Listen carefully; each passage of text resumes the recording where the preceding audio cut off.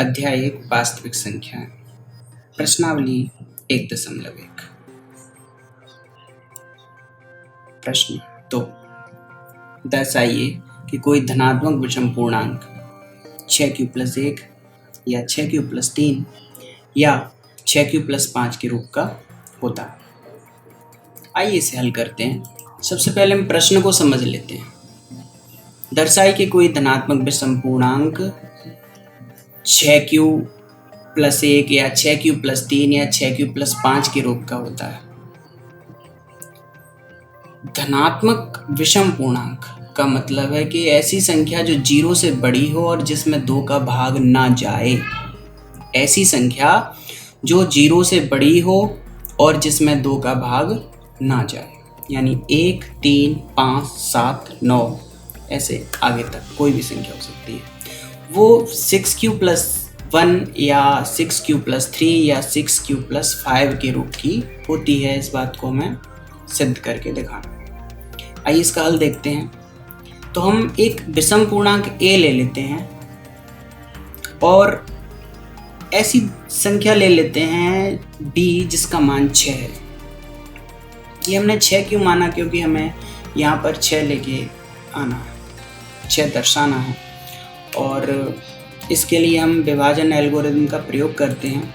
क्योंकि b का मान 6 है तो विभाजन एल्गोरिथम कहती है कि जो हमारा r होगा वो 6 से छोटा होगा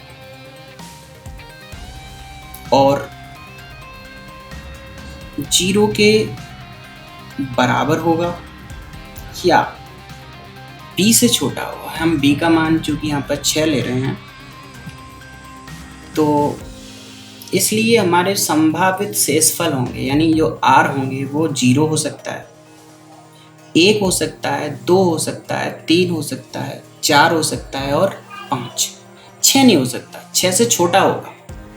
0 हो सकता है क्योंकि इधर बराबर होगा, ये शर्त है। यानी हम r की जगह पर 0, 1, 2, 3, 4, 5 रखेंगे। तो आइए हम विभाजन एल्गोरिथम में अगर ये मान रखते हैं तो हमें, जैसा कि हम जानते हैं कि विभाजन एल्गोरिथम a बराबर bq+r होती है। bq+r।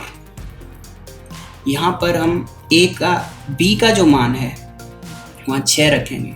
हर बार यहाँ 6 आएगा, लेकिन r का मान यहाँ पर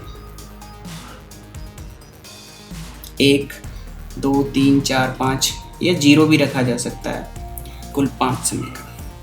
यदि हम 1 रखते हैं, 2 रखते हैं, 3 रखते हैं, 4 रखते हैं, 5 रखते हैं।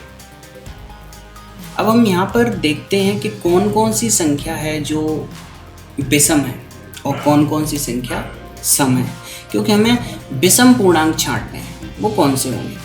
तो हम यहाँ पर देखते हैं कि यदि हम यहाँ पर देखते हैं कि इसमें 2 का भाग जा रहा है 6 में, लेकिन 1 में नहीं जाएगा, इसका मतलब ये संख्या विषम। ये हम यहाँ देखते हैं कि 6 में भी 2 का भाग जाता है, 2 में भी 2 का भाग जाता है, यानी ये विषम नहीं हो सकती। आगे की संख्या देखते हैं। 6 में भाग जा रहा है 2 का, लेकिन 3 में नहीं जाएगा, यानी ये विषम है। 6 में 2 का भाग जा रहा है, 4 में भी जा रहा है, यानी ये सम है। और 6 में भाग जा रहा है लेकिन 5 में नहीं जा रहा है, इसलिए ये विषम। तो हमें विषम संख्या को पहचानना है। समीकरण 1, 3, 5 स्पष्ट रूप से हमें बता रहे हैं कि कौन सी संख्या सम है और कौन सी संख्या विषम है। क्योंकि हमें यह सिद्ध करना है कि धनात्मक विषम पूर्णांक, विषम शब्द पे आप ध्यान दें, वो इस रूप का होता है। किस रूप का? ये देखिए आप 6q+1। तो हमारा ये जो पहला वाला है ये 6q+1 के रूप का है। अगला है 6q+3, तो ये हमारा 6q+3 है। अगला है 6q+5, तो ये हमारा 6q+5 के रूप पर आया है। सिंपल है। इसमें हम एक समीकरण और भी बढ़ा सकते थे। वो हो सकता था कि a =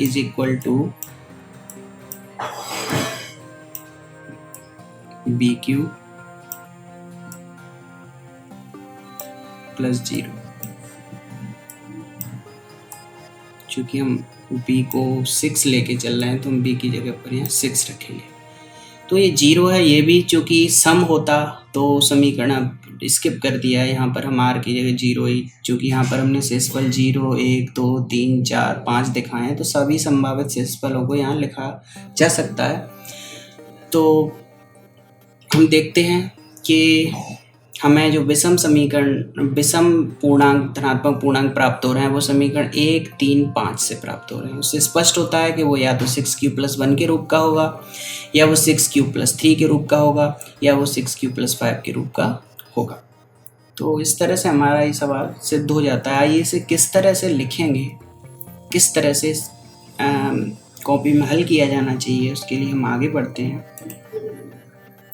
तो समीकरण 1, 2, 3, 4, 5 से हमें a का मान जो है वो 6q+1, 6q+2, 6q+3, 6q+4, 6q+5 के रूप का प्राप्त होता है। जैसा कि हमने देखा, चूँकि एक विषम संख्या है, अतः a कभी भी 6q, 6q+2, 6q+4 के रूप का नहीं हो सकता, क्योंकि संख्या 2 से विभाज्य, जैसे कि बताया था, क्योंकि इसमें भी 2 का भाग जा रहा है, इसमें भी 2 का भाग जा रहा है।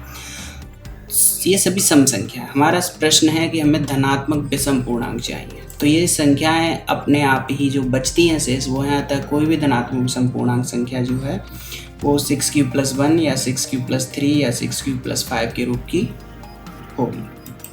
इस तरह हमारा प्रश्न सिद्ध होता है। मिलते हैं अगले प्रश्न के हल में। धन्यवाद।